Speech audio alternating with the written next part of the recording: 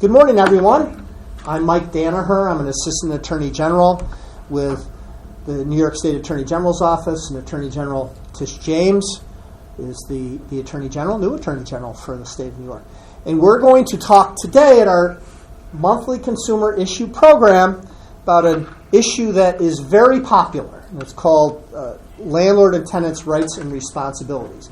And I know it's an important topic because most of you are here that I haven't seen you before. And it's good to have everybody here. We encourage you all to come out here. Just as going into this, a preface is we are at Cornell Cooperative Extension on Willow Avenue every month talking about a different consumer-related topic on the second Thursday of the month at 11 a.m.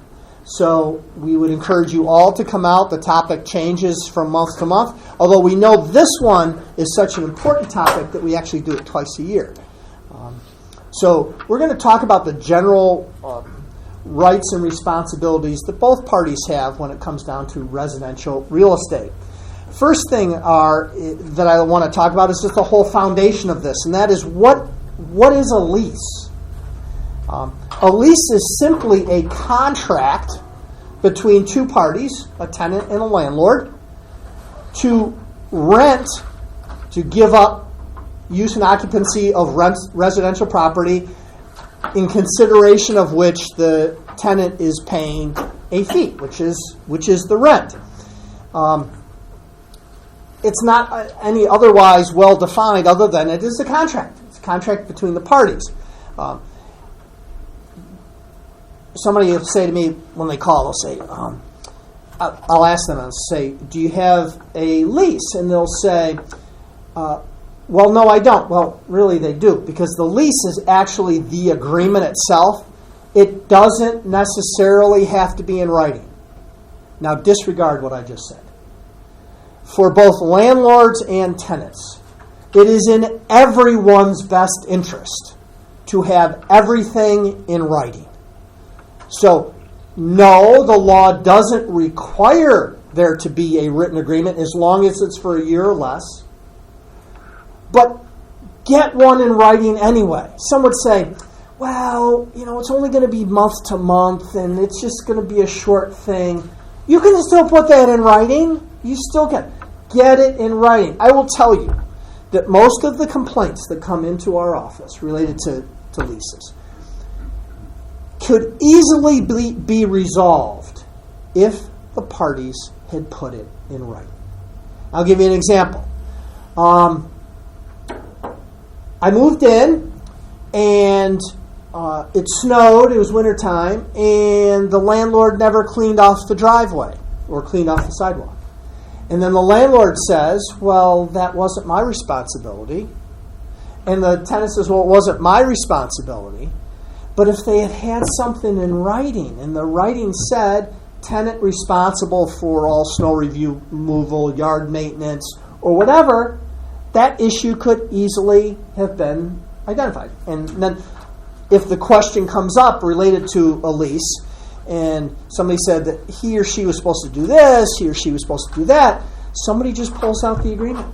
And it says right in there, who is responsible for what? Who is responsible for utilities? Who is responsible for water? Who is responsible for maintenance? Who is responsible for anything in particular?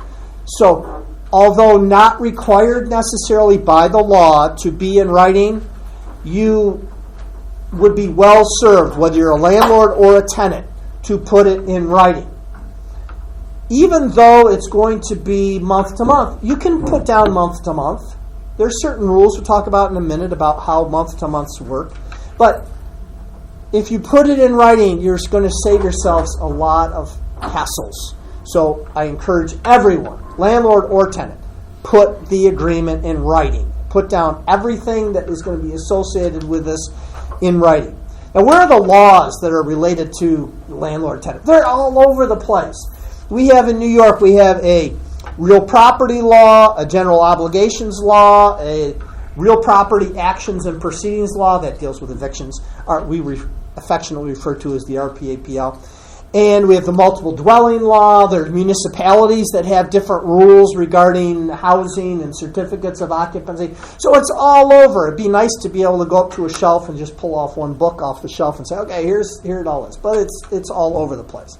So what we hope to do today is to talk about what the responsibilities and obligations of both parties. We're not going to just say, well, the tenants have these rights or anything. This is a mutual agreement between the two sides. So we have to talk about what responsibilities does the tenant have, what responsibilities does the landlord have, what obligations does each of them have, and in their relation to each other. So let's start off by talking about the landlord's obligations. What are the landlord's obligations? The first and foremost obligation that the landlord has is to provide a habitable residence. That means it has to be livable. There's no real definition of what livable means, but I think in probably 99.9% of the cases, all of us here in this room could agree on what would be a habitable or non-habitable issue. And habitability means exactly that. You can't live in it. So if a tenant comes to our office and complains and says, well, it's not habitable because the carpets are dirty. Well, you can still live there. It may not be pleasant, but you can still live there. So it depends on how bad it is, whether it rises to the habitability. Is it livable, safe, and sanitary? So does it meet that threshold? And if the tenant continues to reside there, it's harder to make the argument that it's uninhabitable because they're habitating it. So that's the obligation. There has to be heat and hot water. Has to be water. Water, heat, and hot water. Not much else. It's rodent, varmint free. That it's otherwise safe. If the landlord does not live up to his or her obligation of a habitable residence, this is how the contracts work. Contracts work that if a party to the contract breaches their obligations on the contract, the other party is absolved of their responsibilities to fulfill that agreement. So, let's assume for the moment that it is an uninhabitable residence, not livable. There's a fire, not due to the tenant's fault. There's just electrical problems. That then makes it uninhabitable. That breaches the landlord's duty to provide a habitable residence. That absolves the tenant of their obligation to continue residing there and being responsible for the payment of future rent. So when somebody is faced with this uninhabitable obligation, what can they do? Well, one opportunity, and I know it's not realistic, but I throw it out there anyway, which is the tenant could sue for a reduction in the rent if it's partially uninhabitable. What tenants sometimes do is they stop paying the rent.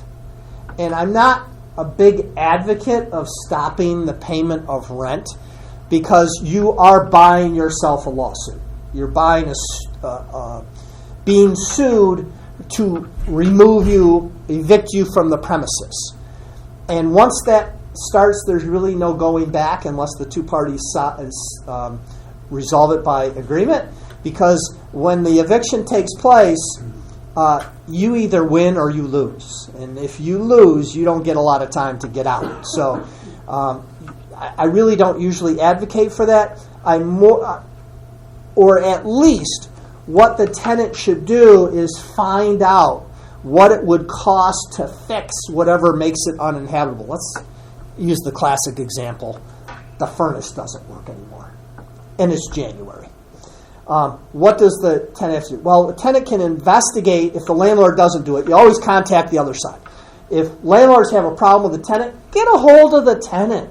If the tenant has a problem with it, get a hold of the landlord. It just makes common sense to try to do that. We're talking that we're past that. And so what would happen? Well, the one thing a tenant could do is if they can show that it's uninhabitable, they could get out of their lease. Sometimes that's not realistic, that they don't have any place to go or something. So another opportunity might be check with reputable furnace repair people to find out what the cost is.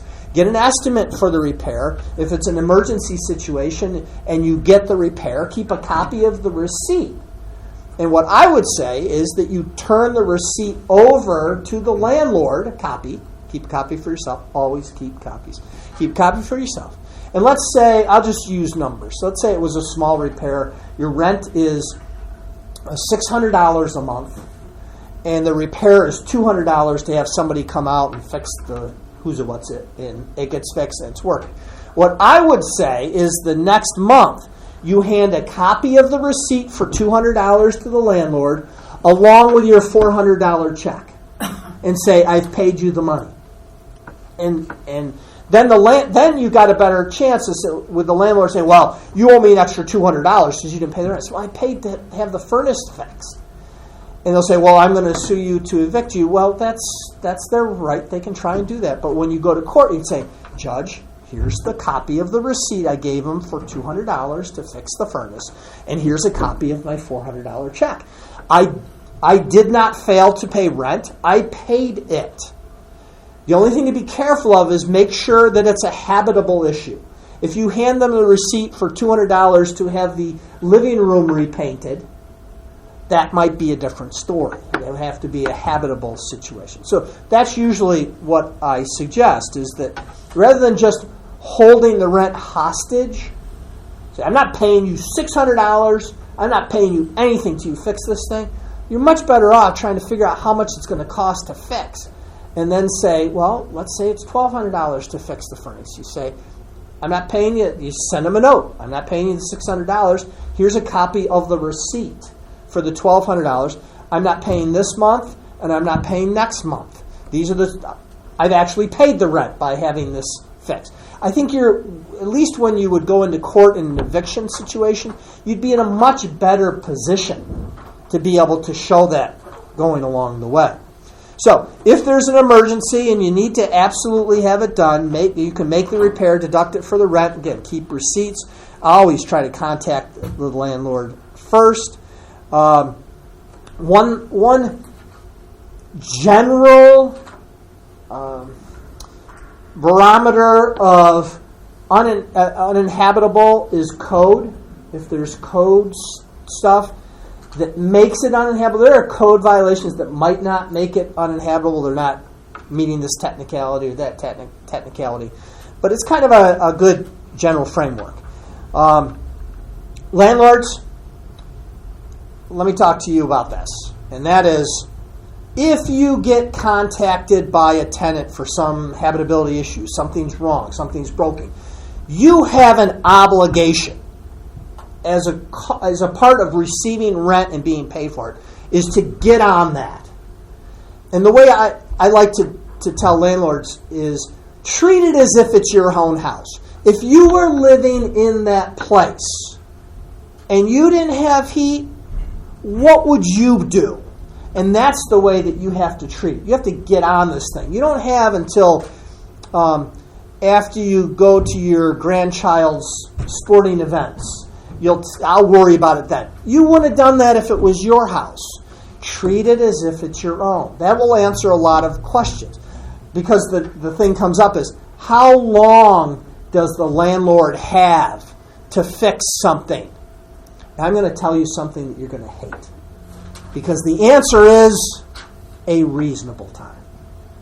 Oh, what's that? I'd like to know if it's 6 hours, 12 hours, 24 hours, 48 hours. And I tell you that reasonable is a great term. It's it works very well because, first of all, every one of us here, I think without exception, can say they're a reasonable person.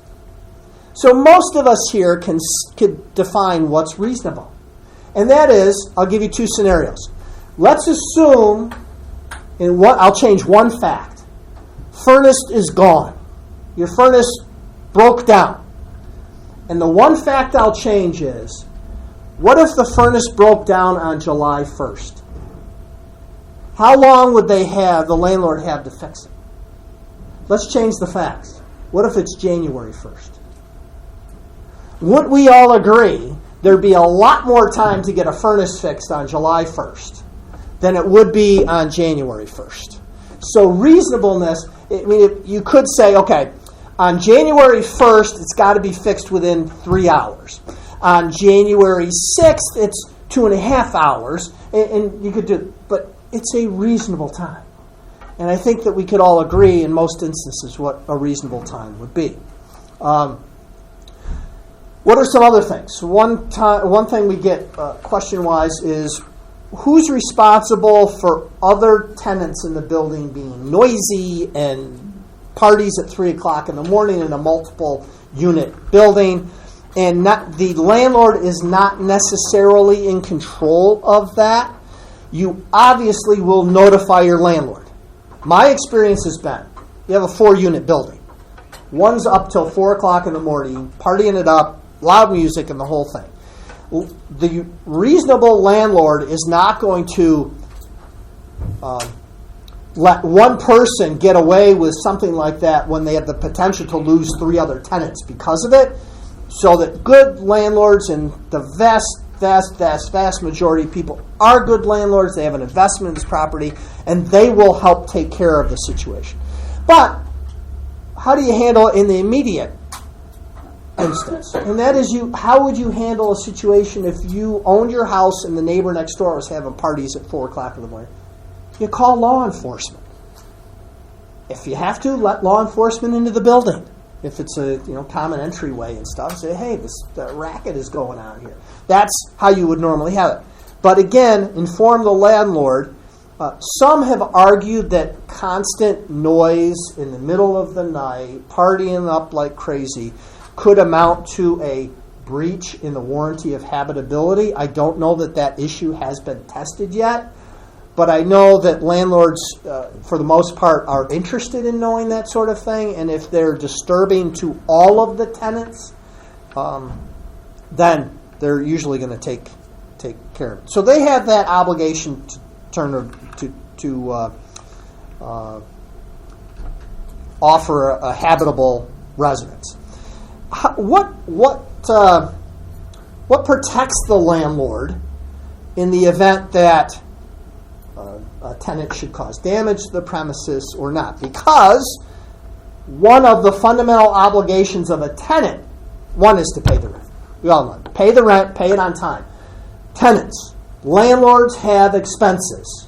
They've got taxes, they've got insurance, they've got, in some instances, utilities. If they're paying the utilities, they have an obligation themselves. They have financial obligations. They're trying to protect their financial interest in the premises. They are entitled to receive the rent on time. If you don't pay it on time, I know there's extenuating circumstances. The only way I'm going to get to work is to get my car fixed. I don't have the money for the rent this month because I got to get the car fixed. That's not the landlord's fault. The landlord is entitled to receive their rent. No excuses. It has to be paid. It has to be paid on time.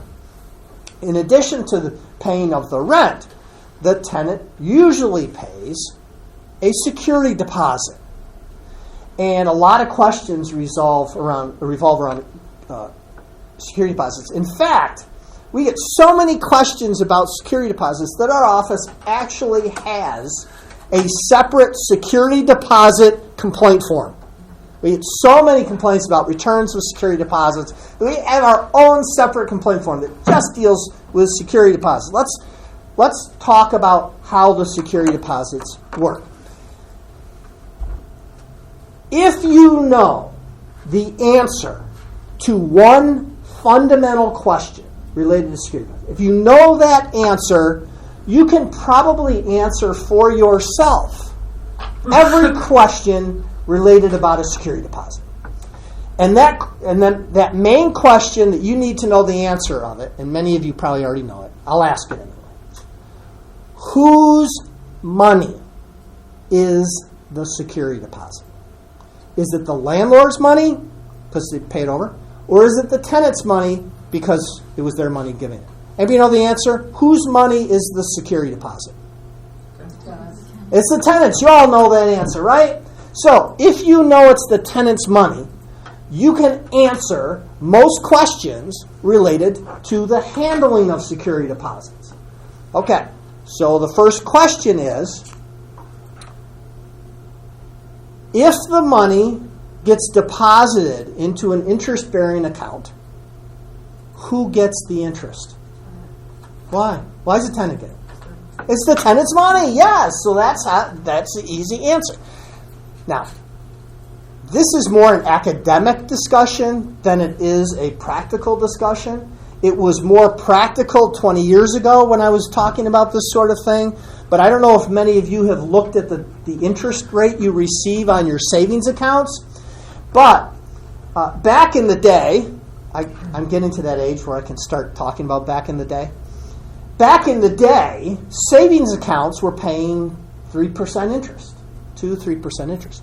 The law allows the landlord to retain 1% as an administrative fee. Anything above that, it's the tenant's money. So in essence, the landlord can get paid for managing the interest and managing a security deposit. But I know in a lot of instances, landlords do not even charge that because it can be an administrative nightmare to split everything up, and they just give the security deposit back. But here are the rules. First of all, there is no law. Some people will be surprised at this. There is no law as to how much the security deposit should be. Some would think because it is so common that there's always 1 month's rent as security deposit. The fact remains is there's nothing in the law that says that. It just has kind of worked out as custom that is what it's for. So there is no set amount. It could be 2 months' rent. It could be a set flat rate, $1,000. It could be whatever. So there's no set amount. The landlord has to understand that security deposits are not additional rent. In other words, we have seen circumstances where landlords don't want to give security deposits back so that they come up with some weird fangled explanation as why they should be entitled to it. And there's a reason for that. Because the landlords could be violating law. If the landlord receives a security deposit, let's say you give it in cash. You give them $1,000 in cash as a security deposit. Can the landlord take the money and put it into his personal checking account? Anybody know the answer?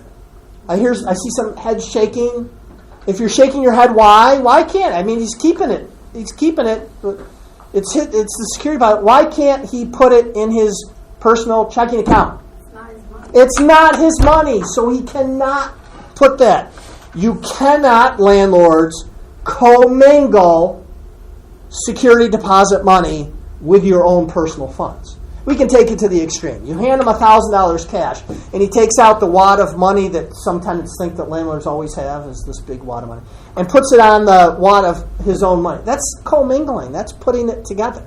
Now, maybe he should put it in the other pocket or something, but you're not supposed to commingle. Why? I think my own guess is that the legislature, rightfully, in setting up what the law was, said, psychologically, when we put money in our account, it becomes our money. So that our mindset is when it's time to give it back, we're giving back our money to the tenant. So to avoid that whole thing, we cannot commingle money from a tenant. What the landlord should do is get a separate bank account, you can call it landlord trust account or whatever, and put only security deposits in that account. So that it's much easier when the lease is over with to pull money out of that account, not my account, that account, to give the money back to the tenant. So it cannot be commingled. Get a separate trust account. It's very simple. What's the landlord have to do? The landlord has to treat that as if it is not his or her money, and that at the end of the lease, give that back. I'm of the view also that, you know how sometimes people have to pay the first month's, the last month's, and the security deposit. My view is that the last month rent is there to secure the last month payment. Therefore, must be deposited in a trust account until that last month occurs. And if whatever minimal interest that money is accruing, it should belong to the tenant. And tenant be given credit for that. And then the money could be used in the last month. So, understanding that the money in the account is interest bearing. Who gets the interest? The tenant gets the interest. There are some stricter requirements, and that is, if the premises consists of 6 units or more, you must put the security deposits in an interest-bearing account in a New York financial institution or a foreign financial institution that has a branch in New York. It's got to be placed in that account. If there are 5 units or less, it's not required, but the underlying rule that the money cannot be commingled is still in place. So you cannot commingle. If the property is sold, what happens to the security deposit? Well, the security deposit, and this is to landlords who are selling their properties, you make sure that when you sell that property and the money's transferring from the buyer to you and you make sure and you keep a record that that security deposit money was transferred over. And those of you that are buying an existing residential rental property, you make sure you get that money when the transfer takes place. And sometimes it happens, it usually happens in the exchange of money. Anybody's done a real estate deal, that just things are flying all over and money's, there's credits back and forth and all that. There should be a credit or an actual transfer of cash from the security deposit over to the buyer. And buyer, if it's in the numbers, you have to take the money out of the deal. You have to take the actual cash out of the deal, represented as tenant security deposits, and put it in a separate account. If sellers of rental property, if you don't ensure that money went over, you are still on the hook. You're getting rid of the property. Why do you still want to be on the hook? Make sure it goes over. Make sure you have a record of it. Make sure you keep a record of it so that if the tenant then comes back to you and says, I moved out, where's my security deposit? You can say, okay, here's my proof that I actually gave it to your new landlord. New landlords, you're going to get in trouble if the money was transferred over to you and you didn't put it aside, because then you've commingled. So make sure that gets taken care of. I know when I've done previously in my prior life in private practice, when I did several of those transactions, I made sure that money, if I was representing a seller, made sure the money went over. So I was representing a buyer, I made sure that they received the money, and I made sure that my client put the money aside so that it could be used later. What can it be used for? Security deposits are security, and that's it. It is to secure a return of the property, and this is another obligation of tenants, that the property is returned in the same condition it was received. Here's this term again: reasonable wear and tear accepted. Meaning it's got to be turned over in the exact same condition as you received it, except for some things can wear out. Now, Granted, if you're only there for a year, less things wear out than if you were there for 5 or 10 years. But if things wear out through the normal course of use of a reasonable person, and things wear out, that's not on the tenant. That's on the landlord. Landlords out there, I see this happen all the time. They seem to think that they have to repaint every time a new tenant comes in. Whether they do or don't, I leave that up to the landlord. But to charge a tenant for having to repaint, but the repainting was due just because of normal use of the premises, that's a cost of doing business for the landlord. The landlord has to cover that. If it's damage, holes in walls that have to be repaired, those sorts of things, holes that have to be fixed and then painted over, yeah. But repainting the entire apartment when someone hasn't done anything, because it's been a while since it got repainted, that's a cost of doing business and should not be charged to a security deposit. Again, I think most of us can agree what is reasonable wear and tear. Just because you have kids who are aspiring artists and they take Crayolas to the wall and you say to the landlord, well, you knew I had a 2-year-old, and 2-year-olds do that stuff. That's reasonable wear and tear. It is not. If there is damage, has to be repainted, that goes against the security deposit. Now, tenants understand that the security deposit, as we talked about earlier, is an arbitrary number. That doesn't mean your exposure is limited to the amount that you paid as a security deposit. College students thinking, man, it's the end of the semester, we're going to have the biggest blowout that we ever had, and frankly, we're probably losing our security deposit anyway because we've had a few parties along the way too. We're going to have a big blowout. What the heck? Our security deposit's gone anyway. So we're going to... Your exposure is not limited to what the security deposit was.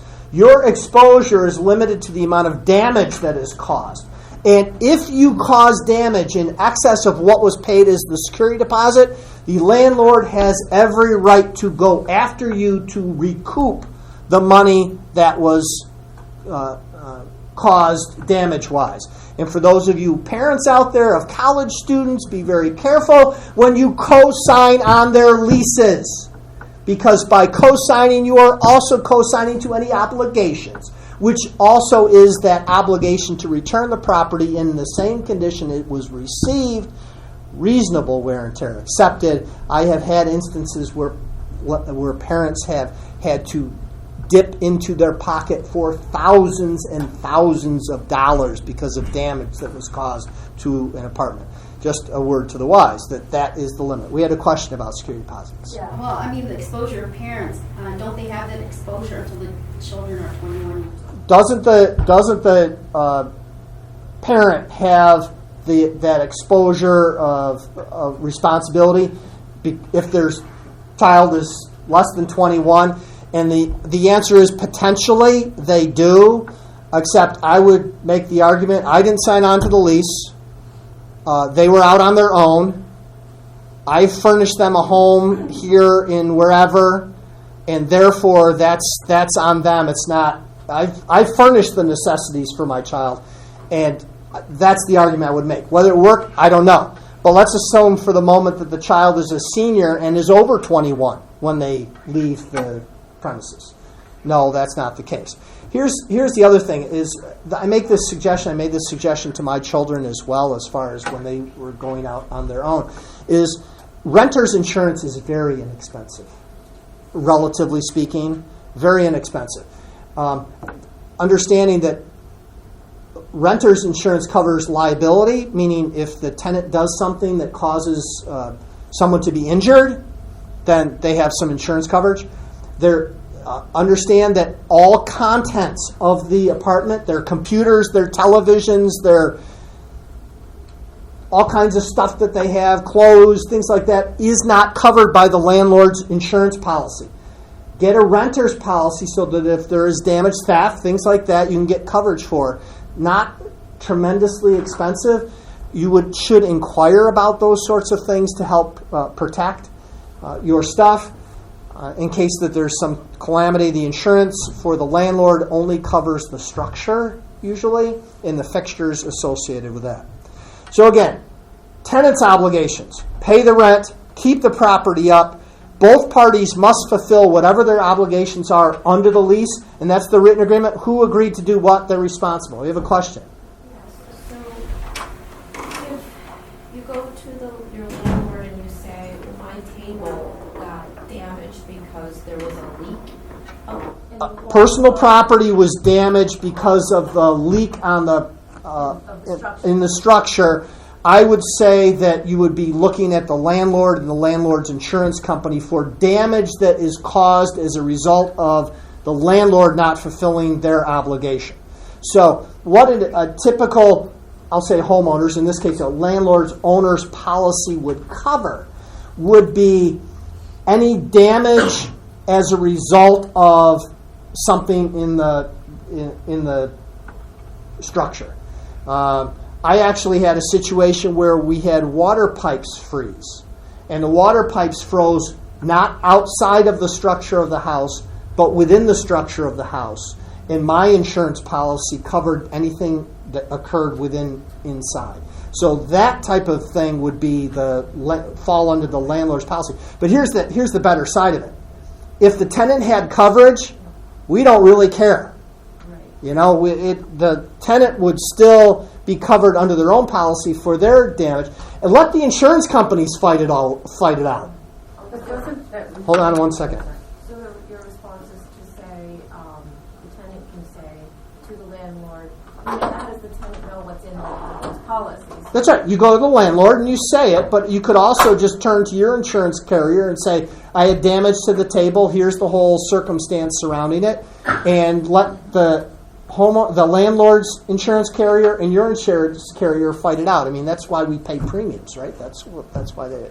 Next question. But the landlord has a reasonable amount of time to fix that leak? The landlord has a reasonable amount of time to fix the leak. That is correct, but that doesn't mean it absolves the landlord of the responsibility for the damage that leak had caused. Okay? That we're talking about two separate things. As far as the habitability issue of it, the landlord would have a reasonable period of time within which to fix that, therefore keeping the tenant in the contract. If the landlord doesn't fix it within a reasonable period of time, that severs the contract and the obligations of the tenant to pay any further rents under the agreement. Next question. You said the tenant has the responsibility to pay the rent and to maintain the property in the condition that they received it. Correct. Less the normal wear and tear. Yes. And other responsibilities as outlined in the lease, which you gave the example earlier of it's your responsibility to shovel the snow, or right. Don't have loud parties, don't leave trash out. Can you talk to some of the things that are typically included as terms and things that are not okay? Oh to man, anything can be included except for certain things, such as, and I'm glad you brought this up, landlords cannot say you can only have you in the apartment. There's actually a law, civil rights law in New York, that allows a tenant to bring in their immediate family or bring in one unrelated party and their immediate family. So the provision that says this is property leased to John Smith and John Smith only, he cannot have anyone else in there, is void, meaning it is unenforceable. It is illegal, unenforceable, and you can't put in, well, if you have another person, it's another $100 a month, sort of thing. Because then you're getting into controlling who comes in the apartment and who doesn't. And the civil rights law in New York does not allow that to happen.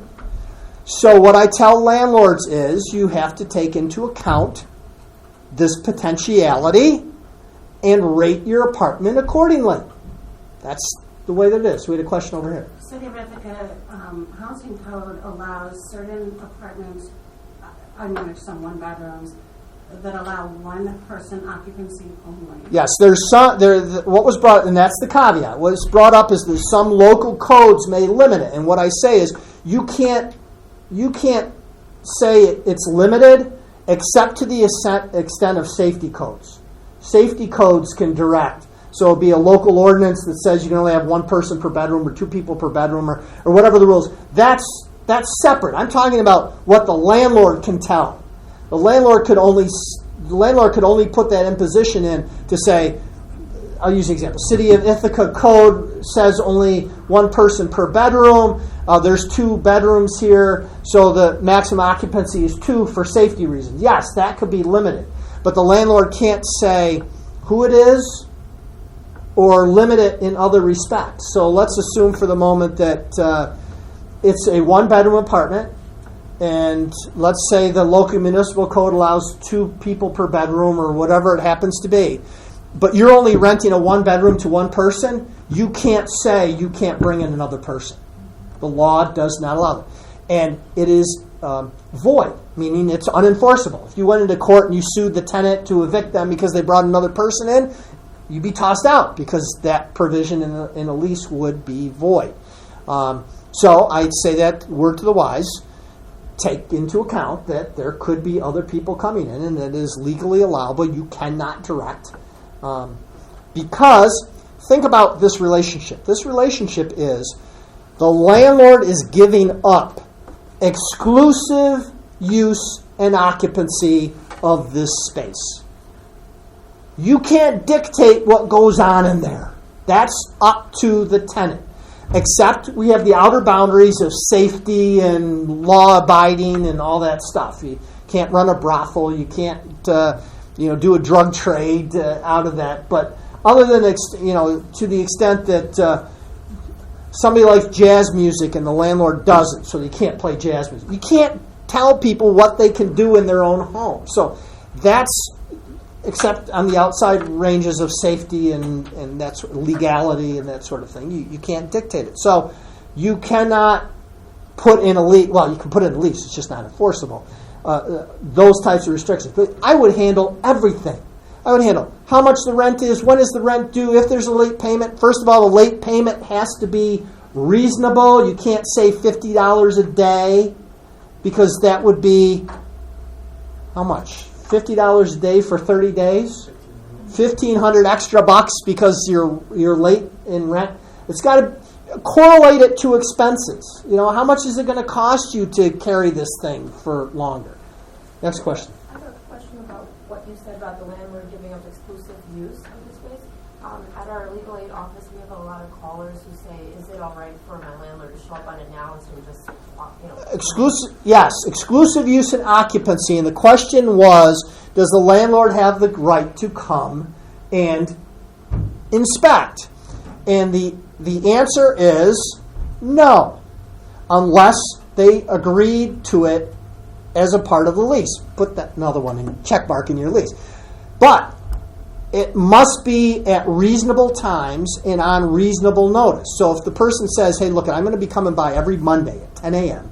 to look at my place to make sure, that's unreasonable. So there has to be reasonable notice. What's reasonable notice? I don't know.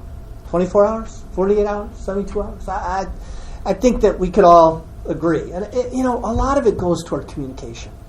Let's say you're coming to the end of the lease, the landlord wants to release it, so he wants to have somebody come and look at the place. Work it out. Tenants, you have to be reasonable as well. No, I'm in class until 1 o'clock in the afternoon. Can we work it out that you can come by at 2 and I'll be there or whatever. However you can work it out. You got to work it out. Communication is very important in this relationship. But it can't be unannounced. It can't be just shown up because the landlord has given up exclusive use. Absent any other agreement, landlords, if you don't have an agreement, you have no right to be in that apartment at any time during the term of the lease except in an emergency. I'll use another example. Let's assume it's a upstairs, downstairs apartment, and it's the Christmas break, and you have students residing there, and the person downstairs looks up, and there's water spot forming in the ceiling of the apartment upstairs. And so there's obviously a leak. Maybe they left a faucet on or a drain plugged or something, and they went home for the holidays. Can the landlord go in? Yes, only for that purpose and that purpose only. I have had situations in my long practice career where landlords have actually been sued because something has been missing from an apartment, and the only person that anyone can verify had been in there was the landlord. So landlords, if you're going in, you better have a good reason, and two, you better have somebody with you so that they can verify. I would recommend if you're going in, contact the tenant. It would be great if the tenant was still there when you went in so that you can cover your butt and make sure that it was, a legitimate reason for going in. But just a general, hey, I'm going to go in and look around, unless there's agreement that allows for that, you cannot go in. You're getting rent. That's what you gave up. You gave up exclusive use and occupancy of the premises. And that leads to more questions. Oh, I'm going backwards. I have a 3-bedroom apartment that the code says can fit 4. 4 people or 4 per bedroom? 4 total people. 4 total people. Code says it. The rent for 3 people is $1,800. Yes. Can I make the rent $2,000 for 4? Can you make the rent $2,000 for 4? You had can make said- the rent anything you want. You had said you couldn't add money for an additional person. Right. If you rented it to 3 people and then they brought another person in, you should have rented it for $2,000 for 3 people. Okay? That's the risk that you run. So by doing that, if you're adding an additional person and they bring them in, the person is not on the lease. The person is not on the lease who gets brought in. How do we owe them any legal responsibility if they are not signing up on the lease? They are bound by the terms of the lease if they come in. But if they're not on the lease? That's their problem. They came in under the term. They come in under, they're a subtenant. So you still have the overarching tenant that is responsible. So if, for example, the person who comes in causes damage, but they didn't pay a security deposit, it's coming out of the person who brought them in. But what happens if it's more like the day-to-day thing, say they get locked out and they're not on the lease? If they get locked out We can't let them in if they're not on the lease. Well, there are provisions that says that you can require a tenant who is on a lease to notify you within 30 days of somebody moving in with their name and address. Not that you have to approve them or anything, but that you just have a record of who it is that's in there. So that may help you to identify if there's somebody else in there to let them in. But if you don't know they're there, and they say, knock on the landlord's door and say, I'm in there, my friends, I'm living there now, and the friends are on the lease and I can't get in. You say, I'm sorry, I can't let you in. Talk to your friends. You don't have an obligation to let them in. If we do agree to let them in, then we can't charge additional rent. No. No. Unless they have a separate agreement with you. Which, in likelihood, they don't have to because they can. Their friend, the girlfriend is coming in to live, or the boyfriend's coming to live, and they have the right to do it. Yes. So can you add a clause to your lease that does not allow them to bring others in? Can you add a clause to the lease that says you can't bring anybody in? It's void. Okay. It does. It's unenforceable. So you can't charge them like we charge, mostly students, what they do, we charge an annual trash fee per occupant. If they brought in 3 more people, so you're saying you can't charge them. Can't charge an additional amount. Now, I say that you are more likely to be successful if you can show that that charge that you're charging is directly related to the increase in expenses that you have as a result. I know it's difficult at times, but at least the person has a lot harder argument to make to say, okay, we charge an extra $25 a month because of hot water and heat that will increase our bill. If you can justify that, I think somebody's going to be hard pressed for that. But it's easier to put it in the lease that we charge. It costs X number of dollars for heat, utility, garbage for each person. We're adding if there an additional person comes in because there'll be more garbage generated, more heat, more hot water generated, we're going to charge another $50 a month or something like that. If it's not a random number, but it can be related to the extra cost that's associated, you're much more likely to be successful with that sort of thing. I'm going back a little further to the giving up exclusive use. Could you talked about a tenant couldn't be dealing drugs or whatever, but could it be in a lease that a tenant can't have a personal business? Can it be in your lease that the tenant can't have a personal business or something like that? Yeah, run out of that. Only if it's code related Okay. issue. That might be zoned so you can't have a personal business or something going on. Other than that, you can't dictate what somebody's doing in their apartment. Good time for me to follow in. So can you please speak to the regulation of child care service, home-based child care service in properties, and it is an allowable use of residential property. What does the landlord have? What can the landlord limit around that, or what can they do if that's not something they like? Case history supports the tenant, and so I'm kind of wondering. So the question is what about if a area is zoned to allow a child care facility in a house, and the person wants to do that, and the landlord has some objection to it? Actually, let me clarify. In New York State, in residential properties, it can't be zoned out. The tenant has the right to operate a child care program. So if the landlord doesn't like it, they actually can't say no.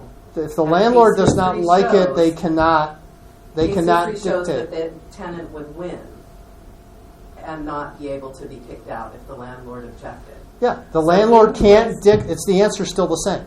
The landlord can't dictate what a person does in their apartment, as long as it's legal and all that stuff. So the landlord can't dictate what somebody's doing. If I wanted to I rented a place and I wanted to do my law practice, and the landlord didn't like lawyers. Well, he can't tell me what I can do and what I can't do in the premises. So the same would be true with child care.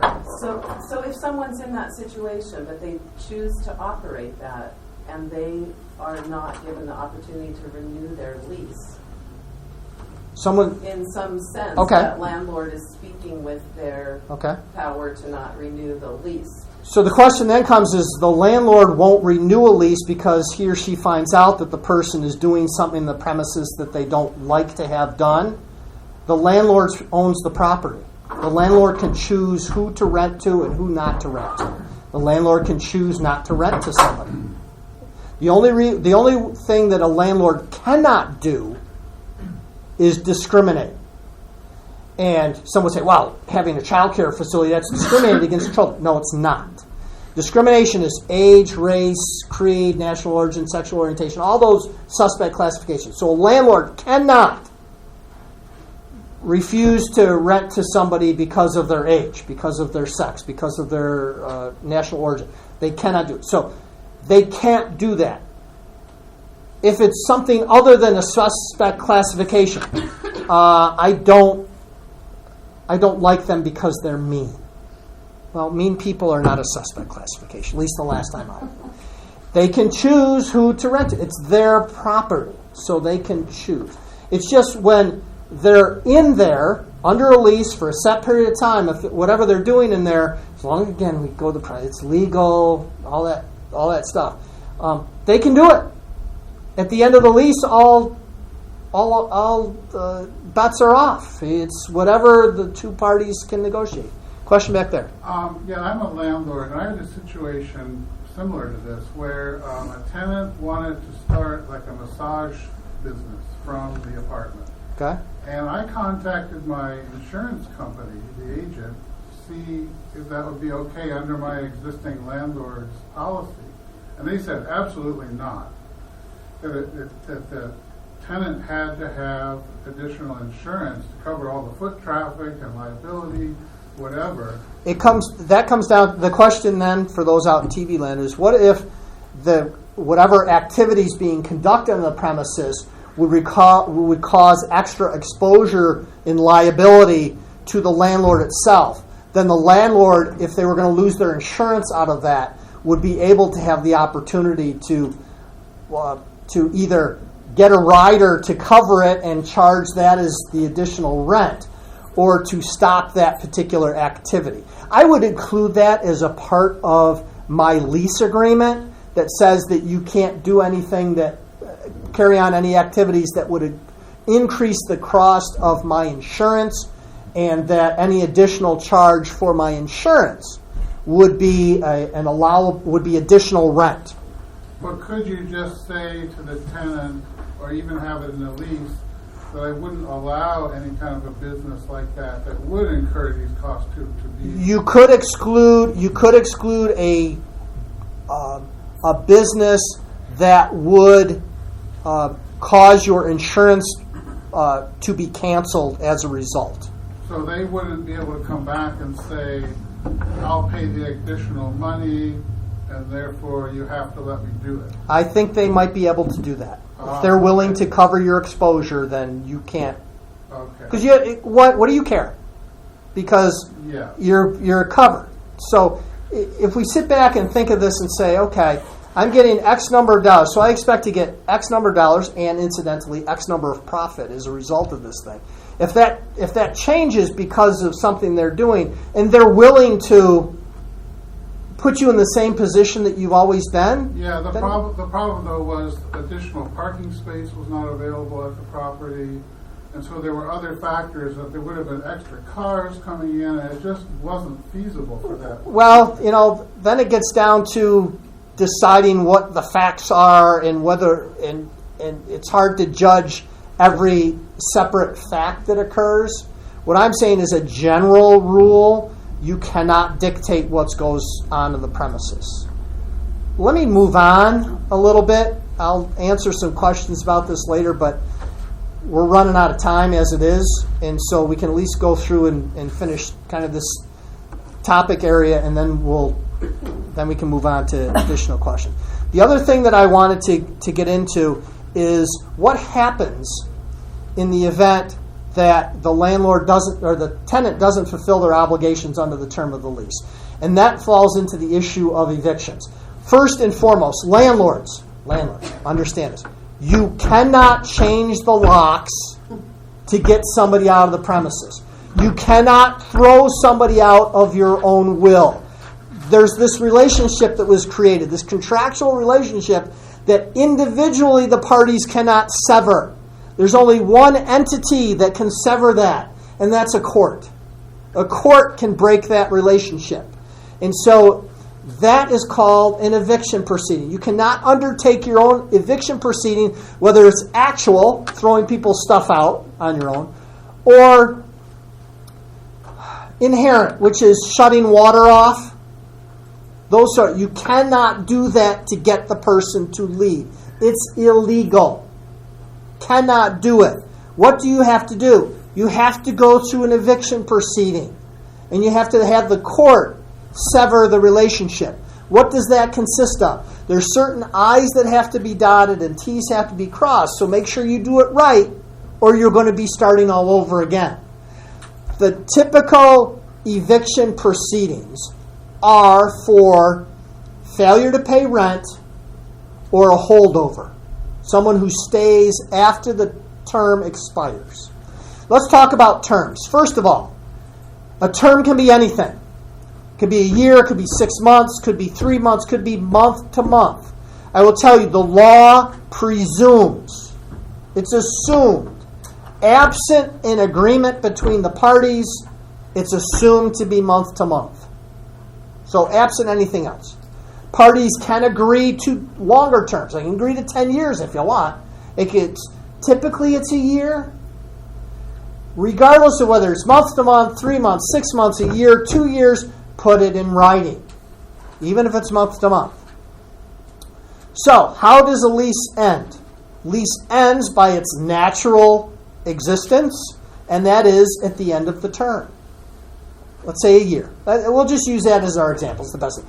A 1-year lease. It ends at the end of the year. Tenant. you have to get out. Landlord, you can get the property back at the end of the year. If the person stays over the year and you want to get out, you start an eviction proceeding to get them out. That's not our usual example, because what happens is, also, if you stay past the year, tenants and landlords, it converts to a month-to-month, absent another agreement between the parties. It converts to month-to-month. What does that mean? That means that either party, tenant or landlord, can terminate the lease on a month-to-month tenancy on 30 days' notice before the beginning of a term. And that means is typically they go first of the month to the end of the month. Sometimes they'll go middle 15th to the 14th or whatever. It has to be either party, landlord or tenant, gives notice to the other party, your lease expires, and it's got to be, we'll assume a first of the month to the end of the month. Before the first of the month, either party has to give notice to the other that they will be out at the end of the month.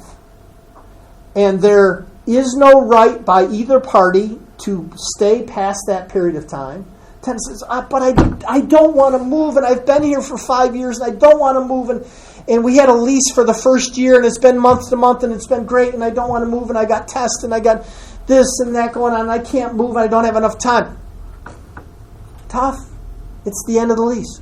Landlords, you got a great tenant. And I know from landlord perspective, there is nothing better than a good tenant. Nothing better. They pay their rent on time.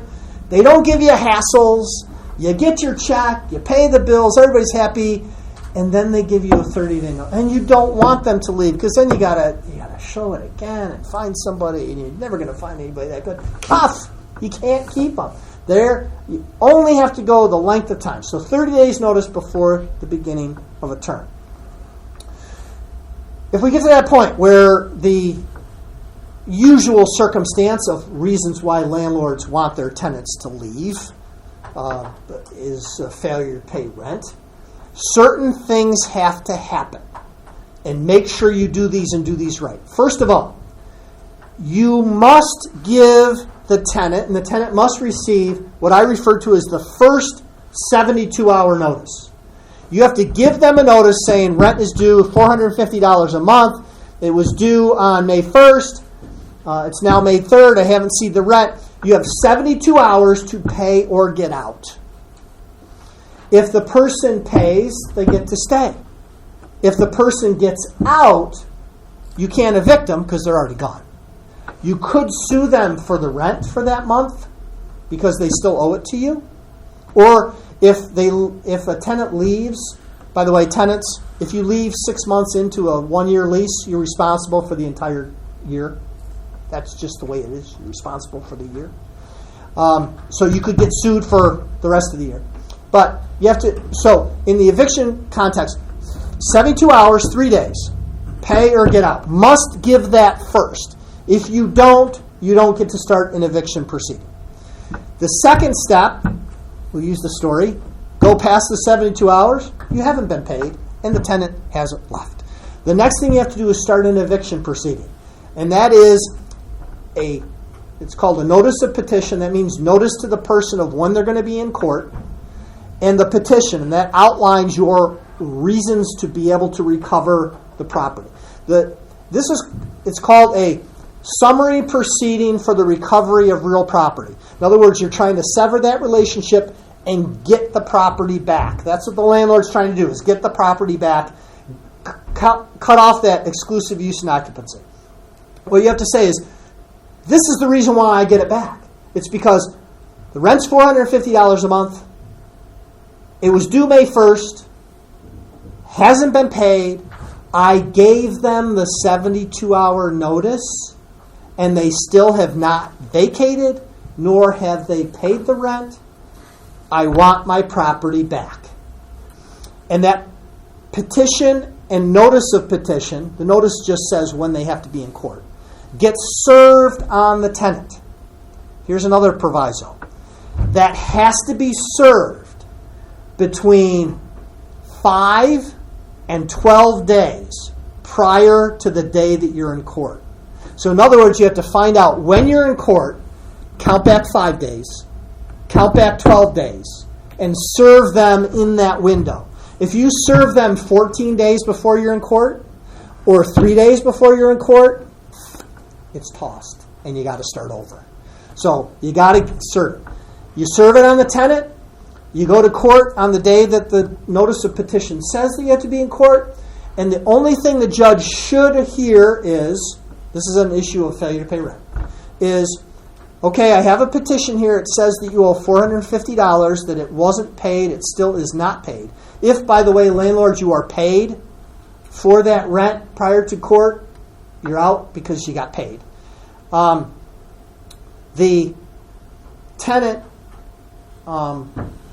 then says, well, I'm going to have it tomorrow. I'm going to have it tomorrow. Really, the judge has the proceeding in front of him or her that day, and if it hasn't been paid, they should sign the warrant. Now, there's some times when the parties will negotiate and the judge say, come on. They said they're going to have it next day. I'm going to hold off on signing this warrant until the next day and make sure it gets paid. That's up to the judge to decide, but generally speaking, if it's not paid, that's what's before the court. It's owed. The landlord is entitled to get the property back. How does the landlord get the property back? The court signs a thing called a warrant. Doesn't mean somebody's going to get arrested or anything. It's a warrant for recovery of real property. The landlord has to take that warrant over to a law enforcement agency. It's typically the civil division of the county sheriff. Pay him a fee. And they will make sure that the property comes back to the landlord. What then happens is the sheriff's office, I'm just using the sheriff's office. Some municipalities used to have constables. I don't know if they do anymore. Or city police used to be able to do it. I'm not sure they do it anymore. I know the civil division of the sheriff's departments do it. What they do is they serve a notice of warrant and warrant on the tenant. And that's the second 72-hour notice. The notice of warrant says, here's the warrant. You have 72 hours. I'm going to be back. If you aren't out, we're throwing you out. And then the tenant's got 72 hours to get out. And that's all they have. Now, what will the law enforcement do? The law enforcement does not have a moving company. They won't move people out. All the law enforcement does is keep the peace. They make sure that the person is out. If they aren't, they're the ones that walk in, grab the person, and take them out. Then it's up to the landlord to clean the property out. And what does the landlord do? The landlord does something that's reasonable. What is reasonable? Depends on the facts and circumstances. Is throwing their furniture out the second-story window reasonable? No. Is finding a storage facility and having to pay for a storage facility to store their stuff? I don't know that they're obligated to do that. If, however, they can be reasonable and say, look, I'm just going to change the locks and I'm not going to re-rent it for another month anyway. I got to do some work in there. I'll do the work. And, the person has the opportunity. They can come contact the landlord to come get their stuff. Landlord, you cannot keep their stuff. Cannot keep their stuff. I know you're owed rent and you really want your rent, but you can't keep their 75-inch 4K surround sound audio system thing until you get your money. You cannot. You must give them their stuff back and give them access to their stuff. Can't hold it hostage. But they may contact you to get their stuff. You make arrangements with them. You go there. They move their stuff out during that period of time. But there is no obligation. The only obligation is to act reasonably. If you have no place to store the stuff, no place to put it, can't put it in the garage out back or whatever, and you have to put it out, you may have to put it out. You got to act reasonably. That's the only requirement that had. That's kind of it in a nutshell. What we're going to do now is thank everybody for being here. I wish you would all come back, engaging crowd and asking questions. Those of you out in TV land, come join us. We are here at Cornell Cooperative Extension on the second Thursday of the month at 11 a.m. on Willow Avenue. Come join us. We do a different topic each month. We've handled a lot of questions. There are a ton of questions I'm sure that we'll still go over, but some that I haven't even thought of. But if you have questions, come down. If you have questions related to this topic or any other consumer-related topic, you can contact my office, which is the New York State Attorney General's office. We're in Binghamton. We have consumer staff on that take telephone calls. You can file complaints with us related to any business merchant that you might have a problem with as a consumer. We try to mediate those problems to try and resolve them. We'd be glad to hear from you. It was a pleasure with having you all here. Hopefully that we will see you again. So until next time, I hope that you have a good day. Thanks.